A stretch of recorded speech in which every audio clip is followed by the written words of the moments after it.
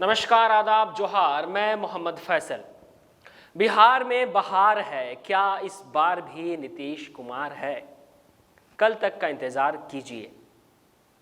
अब सवाल, क्या बिहार को बिहार में रहने वाले लोगों ने ही लूटा है? बिहार के लोग प्रतिभाशाली होते हैं, क्या उनको मौका ही नहीं दिया गया? बात यही खत्म नहीं होती। खैर, बिहार में इस समय चुनावी हवा बहुत जोरों से है। 3 चरणों में होने वाले चुनाव में इस समय एग्जिट पोल के आंकड़े तेजस्वी की तरह है और उनकी ओर झुकी हुई है, परंतु एग्जिट पोल के आंकड़ों को अंतिम रूप मान लेना भी शायद जल्दबाजी होगी। बिहार का चुनाव अपने आप में बहुत अधिक महत्वपूर्ण है। यहाँ चुनाव हमेशा एक फिक्स्ड बेस पर आधारित होते हैं। बिहार के चुनाव केवल बिहार के लिए ही महत्वपूर्ण नहीं है, बल्कि भारत के अलग अलग प्रदेशों में होने वाले चुनाव पर भी इसका असर देखने को मिलेगा। यानी बिहार के बाद पश्चिम बंगाल और फिर असम पर भी इसका नजर आएगा। भारत के राजनीतिक भविष्य के लिए यह चुनाव अपने आप में बहुत महत्वपूर्ण है। वहीं यह पहला आम चुनाव है जो कोरोना काल के दौरान हो रहा है। तेजस्वी यादव की रैलियों और उनके प्रभाव को देखते हुए अब कहा जा रहा है कि यहां कांटे की टक्कर दिखाई दे रही है। ऐसे में अब यह देखना दिलचस्प होगा कि बिहार की जनता विकास को कितना समझ पाई है। साथ ही यह देखना भी महत्वपूर्ण होगा कि इस बार बहुजन समाज पार्टी और ओवैसी की पार्टी AIMIM की मौजूदगी कितना रंग लाती है। यह चुनाव पिछले 2 दशकों से काफी अलग है। इसके 2 महत्वपूर्ण कारण हैं। पहला, NDA सरकार को लेकर जो विचारधारा लोगों के बीच बनी है, यह देखने की बात होगी। वहीं तेजस्वी यादव का तेजी से उभरना भी एक चैलेंज के तौर पर देखा जा रहा है। पिछले चुनाव की तुलना में देखें तो अब की बार तेजस्वी यादव की छवि बिल्कुल अलग है।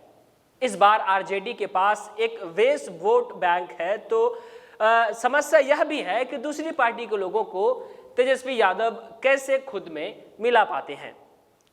यदि पीछे मुड़कर देखें तो 2015 विधानसभा चुनाव से पहले बिहार में एक बड़ा राजनीतिक परिवर्तन देखने को मिला, जिसमें एक नया गठबंधन बना जिसका नाम महागठबंधन पड़ा। इसमें राजद, जदयू और कांग्रेस थी और सर्वसम्मति से चुनाव से पहले ही नीतीश कुमार को मुख्यमंत्री उम्मीदवार घोषित कर दिया गया था। उस चुनाव में नीतीश कुमार मुख्यमंत्री पद के उम्मीदवार जरूर थे, लेकिन चुनाव के समय लड़ाई देश के प्रधानमंत्री नरेंद्र मोदी और लालू यादव के बीच सवाल जवाब में तब्दील हो गई। लालू यादव ने अपने चक्रव्यूह में नरेंद्र मोदी को पूर्ण रूप से फंसा लिया और लालू यादव जो हवा बनाने में माहिर हैं, वो जैसा चाहते थे सब कुछ वैसा ही होता गया। उस चुनाव में एक महत्वपूर्ण चीज देखने को यह भी मिली कि नीतीश कुमार कहीं पर भी नरेंद्र मोदी और अमित शाह को लेकर कठोर बयान देने से बचते रहे। फिर 20 महीने के बाद नीतीश कुमार ने महागठबंधन से अलग होकर भाजपा के साथ मिलकर रातों रात सरकार बना लिया। शायद यही कारण था कि नीतीश कुमार 2015 के विधानसभा चुनाव में नरेंद्र मोदी और अमित शाह को लेकर पूरे चुनाव नरम दिखाई दिए थे। इस पर अलग अलग राय सामने आती है, लेकिन बिहार का वह मतदाता जो भाजपा के विरोध में नीतीश कुमार को वोट दिया था, उसके अंदर नीतीश कुमार को लेकर भरोसा जरूर कमजोर हुआ और नीतीश कुमार की विश्वसनीयता पर भी कई सवाल उठे। चलिए अब दिन भर की सुर्खियों पर एक नजर डालते हैं। रिपब्लिक टीवी के एडिटर अर्नब गोस्वामी को अभी जेल में ही रहना होगा। इंटीरियर डिजाइनर अन्वय नायक और उनकी मां कुमुद नायक की आत्महत्या मामले में गिरफ्तार किए गए अर्नब गोस्वामी को कोर्ट ने जमानत देने से इनकार कर दिया है।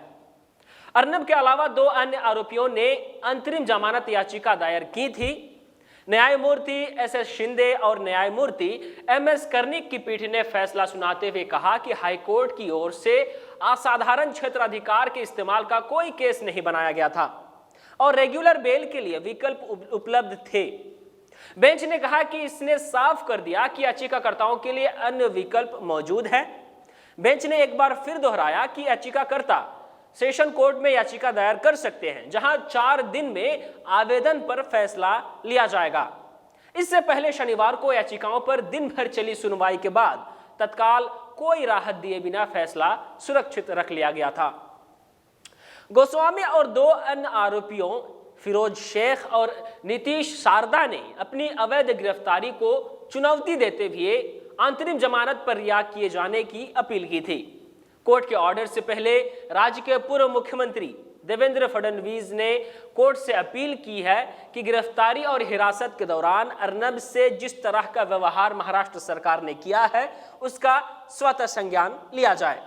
उधर महाराष्ट्र के राज्यपाल भगत सिंह कोश्यारी ने राज्य के गृह मंत्री अनिल देशमुख से बात की है और अर्नब गोस्वामी के स्वास्थ्य और सुरक्षा को लेकर चिंता जाहिर की है। उन्होंने गृह मंत्री से यह भी कहा है कि उनके परिवार को मिलने की इजाजत दी जाए। बिहार के साथ साथ झारखंड के दुमका और बेरमो विधानसभा सीट के उपचुनाव की वोटों की गिनती मंगलवार सुबह यानी कल 8 बजे से शुरू हो जाएंगी। काउंटिंग की तैयारी पूरी कर ली गई है। दोनों ही जगह बनाए गए मतगणना स्थल पर सुबह 6 बजे से ही मतगणना कर्मियों का प्रवेश शुरू कर दिया जाएगा। दुमका में 18 तो बेरमो में 17 राउंड की गिनती होनी है। दोनों ही सीटों पर सीधा मुकाबला है। दुमका में भाजपा व झारखंड मुक्ति मोर्चा, जबकि बेरमो में बीजेपी और कांग्रेस के बीच कांटे की टक्कर मानी जा रही है। कोरोना काल में झारखंड की 2 सीटों पर उपचुनाव में 2019 के चुनाव के मुकाबले वोट प्रतिशत थोड़ा कम रहा, पर मतदाताओं में उत्साह ज्यादा देखा गया था। दुमका में इस बार 65.27 और बेरमो में 60.20% मतदान हुआ। वहीं 2019 में विधानसभा चुनाव में दुमका में 67.14 और बेरमो में 60.93% वोट पड़े थे। अभी के लिए बस इतना ही। मुझे दीजिए इजाजत और हाँ, बने रहे जेके न्यूज नेटवर्क के साथ और हमारे चैनल को फॉलो और सब्सक्राइब करना ना भूलें। धन्यवाद।